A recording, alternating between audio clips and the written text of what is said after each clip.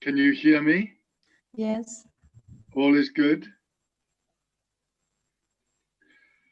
And if you are bored, you can turn it off. Okay? St. Francis of Assisi left a beautiful, glorious spirituality of the whole of creation, Brother Sun and Sister Moon. St. Teresa of Avila and John of the Cross gave us Carmelite spirituality, the interior castle, and so on. St. Ignatius of Loyola left the Jesuits the spiritual exercises. But what did Dominic give us? He gave us a form of community government. He gave us a way of taking decisions together. Now, you think this is a bit dry, perhaps. If you go to the spirituality section of a bookshop, you probably won't find many books by Dominicans. But I think that our democracy, our communitarian way of taking decisions, is a very profound spirituality. It expresses the most profound truth of our Dominican lives. We are brothers and sisters. These are the only important titles in Christianity. Not Father, certainly not Monsignor or Most Reverend. In Christ, we are brothers and sisters who dare to call upon God as our Father. This is why recent general chapters of the friars have insisted that brother is the only title to be used inside the order, even if we are ordained priests. Our present master is always Brother Gerard. Some of the brethren find this difficult to understand. Often when I went on visitation of the order, I would say to the brothers, please, just call me Brother Timothy. And often they would reply, yes, Father. Dominic lived in a world that was being transformed. There were merchants traveling all over the world. The old feudal hierarchies were collapsing. There were new forms of communication, new ideas in new universities. Democracy was in the air, and strangers were on the streets. And for this new world, the friars, I think Dominicans and Franciscans especially, fraternity, being brothers and sisters, was wonderful news. It was a new way to relate to strangers and foreigners. It was a sign of the kingdom that we preached. Now today, in the 21st century, we are living a similar transformation. We see the rise of social media. We live in the new digital planet, but also millions of people are on the move, migrants seeking security and refuge from violence. But in our time, democracy is threatened. And everywhere we see strong men coming to power, Russia, China, Turkey, Hungary, Zimbabwe, Venezuela, parts of every continent. And let's not talk about President Trump. Walls are going up, frontiers are being strengthened. But we too have lots of strangers in our streets. And I think at this difficult time, a spirituality of being brothers and sisters is extremely important, not just for us, not just for the church, but for the world. Indeed, Pope Francis has just published a call for it, Fratelli Tutti. I'm sure he was also thinking of Sorelle Tutte as well. And also inside the church, our Dominican way of government has a special role today. Pope Francis calls us to move beyond suffocating clericalism. What better way than to live as brothers and sisters? We call Dominic our father, but he always wanted to be called Brother Dominic. And it's interesting that the first biography of Dominic was in the Vitae Fratrum, the lives of the brothers. Dominic wanted to be just one of the brothers. So, this is the topic for today. What does a brotherly or sisterly form of government look like? The fundamental basis, this sounds so ordinary, forgive me, but the fundamental basis is that we have a fraternal way of talking to each other. The art of Dominican government is based on conversation, good conversation, in which everybody is free to talk and everybody listens. Forgive one last theological point before we get down to practicalities. Conversation is the essence of the Christian life. The life of the Trinity is the eternal, loving, equal conversation of God. God's life is eternal conversation. According to the Second Vatican Council, Scripture is God's invitation to enter into conversation with us. The Word of God isn't God bellowing at us from the top of a mountain with a megaphone. It's God's invitation to dialogue. We speak to God as to a friend. And of course, God became incarnate in a person of supreme conversation. The whole of St. John's Gospel is Jesus's conversation. He talks with the disciples. He talks with the Samaritan woman at the well. Everybody else probably thinks of her as a fallen woman. They don't want to talk to her. He talks to the man born blind. Everybody else talks about him. Jesus talks to him. The climax of the gospel is what we call the last discourse, which is Jesus's final conversation in the face of death. He even talks with Pilate until Pilate shuts him up. And on the cross, the conversation stops. But on Easter morning in the garden, he meets Mary Magdalene. The conversation begins again. Mary, Rabboni.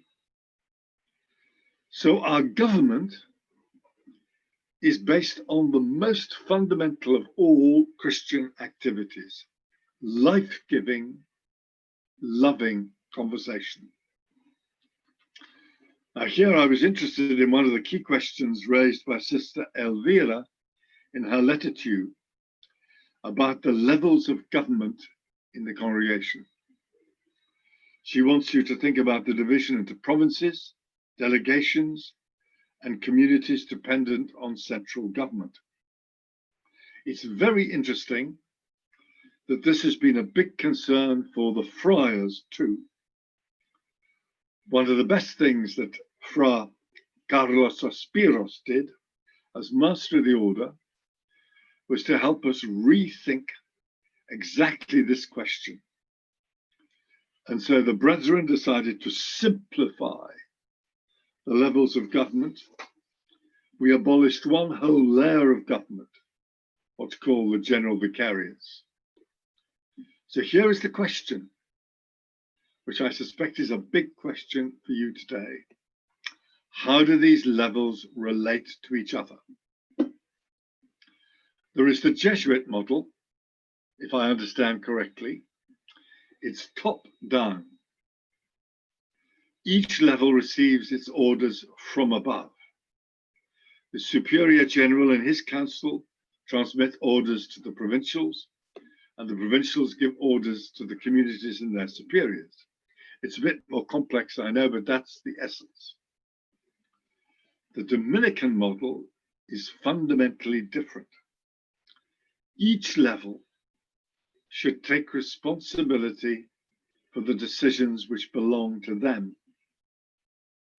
So the general chapter takes decisions about the whole order.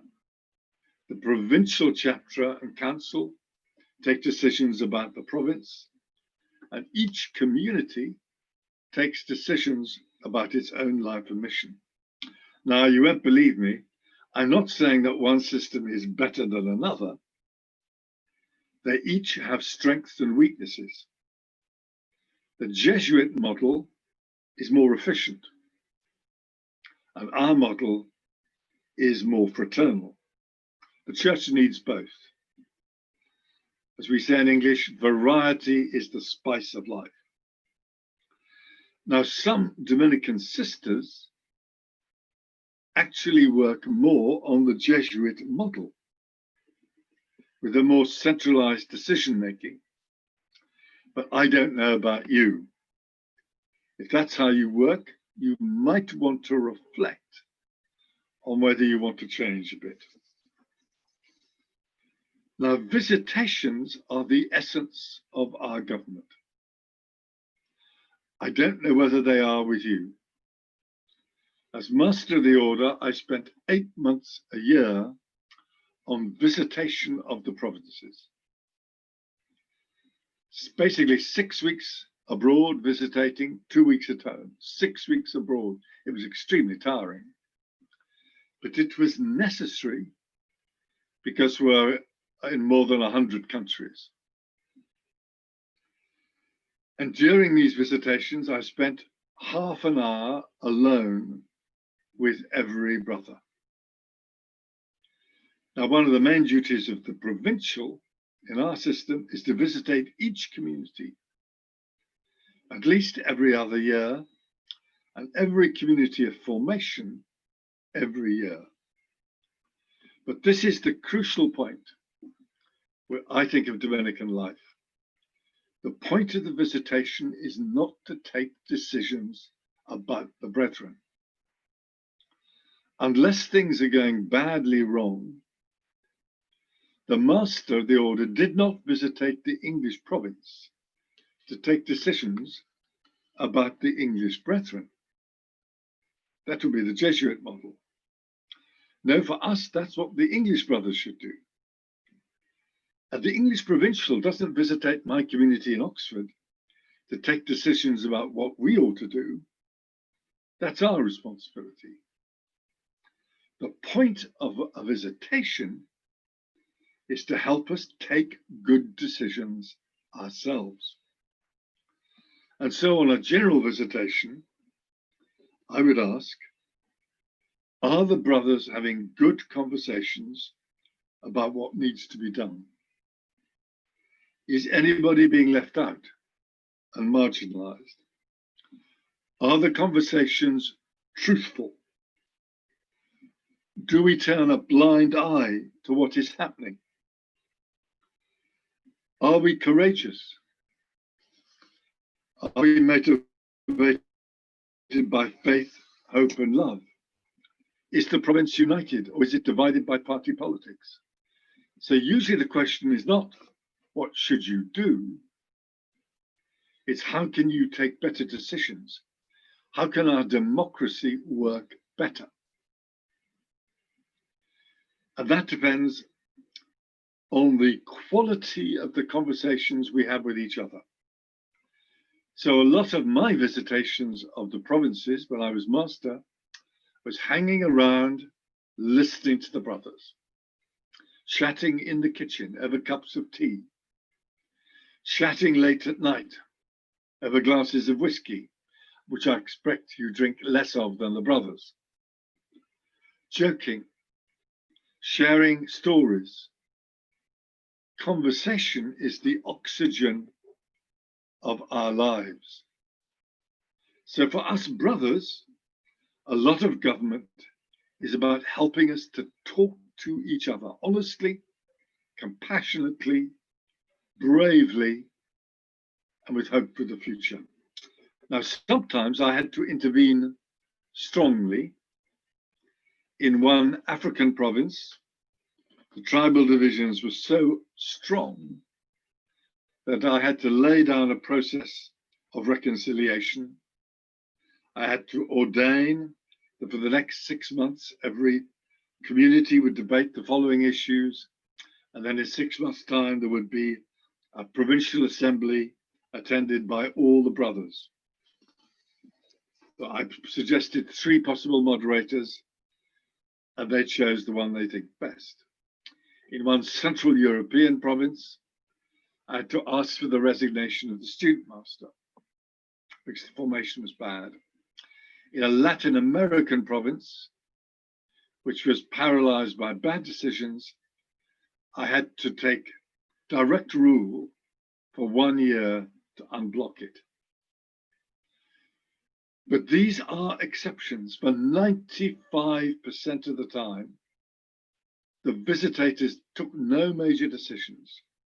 We analyzed how the brethren were talking to each other, and we made suggestions how to improve their dialogue and the process of decision making.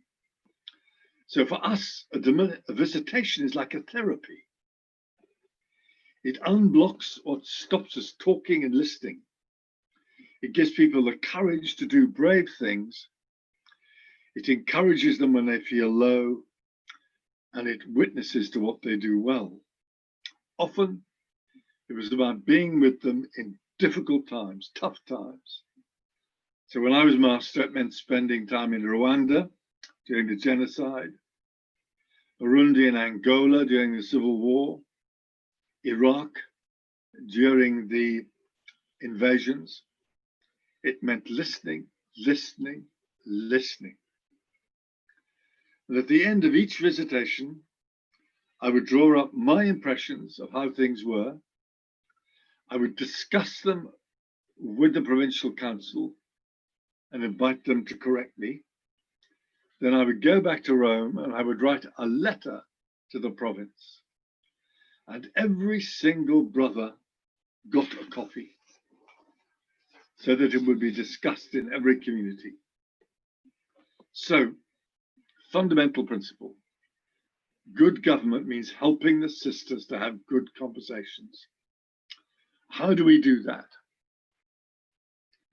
Let's just think about the meeting of councils. We have General Council, Provincial Council, and the Community Council. What happens before, during, and after our council meetings? Now, without talking to you and listening to you, I have no idea whether what I'm saying is completely obvious or sounds foolish. So forgive me. Forgive me if I seem to be, as we say in England, teaching my grandmothers to suck eggs. Well, none of you are old enough to be my grandmothers or even my mothers. First of all, conversation at council meetings is founded on good, informal conversation before and afterwards. If we can't talk to each other informally, we won't be able to have good formal discussions. So when I was provincial, the night before the provincial council, I would invite all the councillors to come and stay the night. And in the evening, we would chat informally about what was on our mind, what gave us joy, what we worried about, our dreams, our nightmares. You see, every one of us comes to a council meeting with something we want to talk about. If we cannot do so informally, then we will use the formal agenda to do so. we will shift it. We won't really talk about what's on the agenda. Every year, the General Council would go away together twice for 4 days. No business. It was a time to share. Many of the brethren had been in difficult situations, so we would chat, laugh, pray, walk together, relax together. We'd have got everything that was on our chests, we got it off our chests. We would re-knit the bonds of communion. Then it was possible to move to the formal meetings and take good decisions, because the formal discussions of the council rely on the informal discussions before and afterwards. A second point, which is maybe obvious, there is no point in having a conversation discussing a topic if the superior has already decided what is best. So especially above everybody else, the superior, whether it's the Parish General, the provincial, the local superior, has to come to a meeting not knowing beforehand what is best. Otherwise, there's no point in having a conversation. A member of my General Council was a wonderful old Irishman called Flannan Hines. He said his first term as provincial did not go well. This was because he thought long and hard about every item on the agenda beforehand, and he decided what was best. So then the only function of the provincial council was to agree with him. If they didn't, they were opposing him. So this made for bad discussions and bad tempers.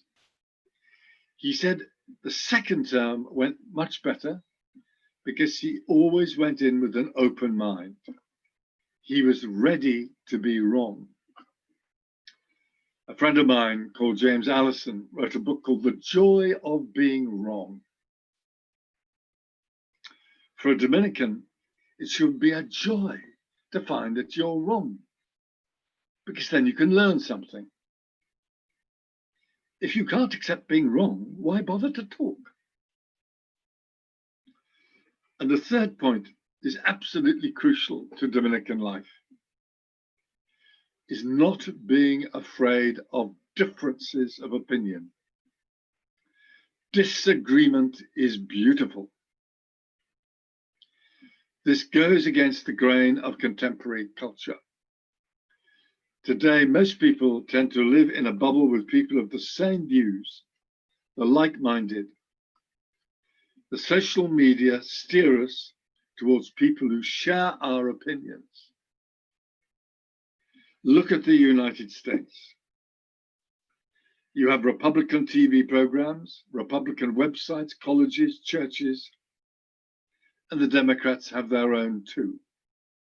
So nobody need talk to anybody who disagrees with them. Today, the trouble is we live in tribes of the like-minded. But Catholicism is fundamentally opposed to this mindset. Isn't it glorious? We have 4 gospels and they all disagree with each other. Lots of people in the early church wanted to have only one gospel, usually Luke. But the church in its wisdom disagreed and said we need all 4. The life of the church is the dialogue between the gospels. We have the Old Testament and the New Testament, all in one book. Some early theologians wanted to get rid of the Old Testament. But most wonderful of all, we have Jesus, who is divine and human. Today we celebrate the memory of St. Leo the Great, who delighted in the belief that Jesus was one person with 2 natures, truly human and truly divine. That is the biggest difference of all. So for Dominican government, being one, united in heart and mind, doesn't mean having the same views. Dominican democracy is about the stimulus, the dynamism of disagreeing and searching for the truth together. How do we cope with disagreement? Whenever I went around the order, I could see that was the key. How do you cope with disagreement? First of all, we have to understand why our brothers and sisters have different views. We need the intelligence and imagination to see that their view is not stupid. We might not think it's right, but it is never stupid or nonsensical. We had one rule in the meetings of the General Council, and I recommend it to you. You could say another brother was wrong and try to show why, but you could never, ever, ever dismiss their view as rubbish or nonsense, because that is to rubbish them. So the first question is not, is she right or wrong? The first question is, why does she think this? Does it come from her culture? Your sisters are from Italy, Pakistan, Argentina, Peru, Paraguay, Brazil, Nigeria, Guadeloupe, France, Spain, Slovenia, and Uganda. You see, I did my homework. We had 14, thank you, Ramina. We had 14 in our General Council. And at one stage, they were from 14 nationalities, from 5 continents. And the brethren, as I said, were from 107 countries. So do your sisters from different cultures use the same words in the same sense? Because often we use the same word in different senses. When I wrote my first letter to the order, I gave it to my vicar, who was American. And nervously, I asked him what he thought. And he said, it's quite good. In American English, quite good means very good. In British English, it means it's rather bad, which is why I was so depressed by his answer. Different cultures have different conventions of conversation. For example, one of the difficulties in Cairo, in Egypt, is if you ask the directions of how to get somewhere, they will always give you directions, even if they don't know, because it would be impolite not to do so. In Egyptian culture, friendliness and showing you want to help is more important than accuracy. So we need to understand other cultures of the people with whom we're talking. Also, what we say derives from different experiences. At one general chapter, it was in Krakow in Poland, we had a massive row over the proposals of the Preaching Commission. The document proposed stressed that as preachers, we must always be open to one another. We must receive their truth. All preaching is based on dialogue. Christ is present also in what they say. As Pierre Claver used to say, we're all beggars after the truth. Now, the author of the document, Chris McVeigh, has spent nearly all his life in Pakistan in dialogue with Islam. Dialogue was the basis of everything. But there was a strong reaction from some of the brothers, especially from Eastern Europe. They had fought communism, they had been in prison, they had heard endless lies from the communist government. They had an entirely different idea of preaching. Preaching was telling the truth. To preach meant to confront the other. They would have been very angry if you said you had to listen to the communists. So we had a massive disagreement. And there appeared to be a contradiction. On the one side, preaching as dialogue. On the other side, preaching as proclamation of truth. The temptation was to think that one side is right and the other is wrong. No. To arrive at unity and agreement, we had to spend a lot of time listening to the story of the other person. Where do they come from? What have they lived through? So the brothers from Eastern Europe had to listen to the experience of our Asian brothers and dialogue with Islam and being a minority in Asia. And the Asian brothers had to listen to some of them, the experience of living under communism in Central Europe, but actually also in Vietnam. All this takes time. There is a Zulu word for a meeting, which is indaba. If I understand it correctly, an indaba means you take as much time as necessary. Everyone must speak and listen. One has to go on for long enough. And I think the secret is to understand why some people will be silent. Because silence has different meanings in different cultures. Silence can mean agreement. What's the point of repeating what everybody else said? Silence can mean disagreement. What's the point of disagreeing if nobody will listen? Silence can mean shyness. Shyness can mean I can't find the words I need. Silence can mean anger or joy. So if a sister does not talk, why? And we have the duty to help each other find words. Everyone must know that they have been heard. I would say that whoever presides at a council meeting, one of their main responsibilities is to make sure that the silent talk. Now, with the brethren, if there is no obvious consensus, we vote. At general chapters, we vote literally thousands of times. When to vote? I think choosing the right moment to stop talking and vote is a vital part of government. You see, the temptation might be to impose a vote when my opinion will win,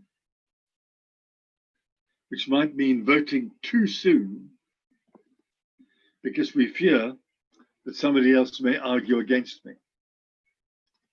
or voting too late because I hope that everybody else will be fed up with disagreeing with me. In general chapters, if you leave it to the end, it's much easier to get controversial proposals accepted because everybody wants to go home. So, vote when we are as near consensus as possible. We vote when those who disagree are ready to accept the decision, even if it goes against them. If we see that the majority is one way, but 2 or 3 are deeply against, we cannot vote until we are sure that they know they have been heard. If we vote before, they will feel slighted and unjustly treated. This requires great sensitivity. As I often say, read their faces. Don't only listen to their words, read their faces. And it's vital that our voting is not personalized. I vote for or against what is best and not for or against the person who proposed it. This is a great source of difficulty in religious communities. If Brother X votes against my proposal to found the order in Indonesia, I might wrongly say, why is he voting against me? I supported him last year when he had a proposal, and now he's being disloyal to me. But that's wrong. We must never let voting be personalized.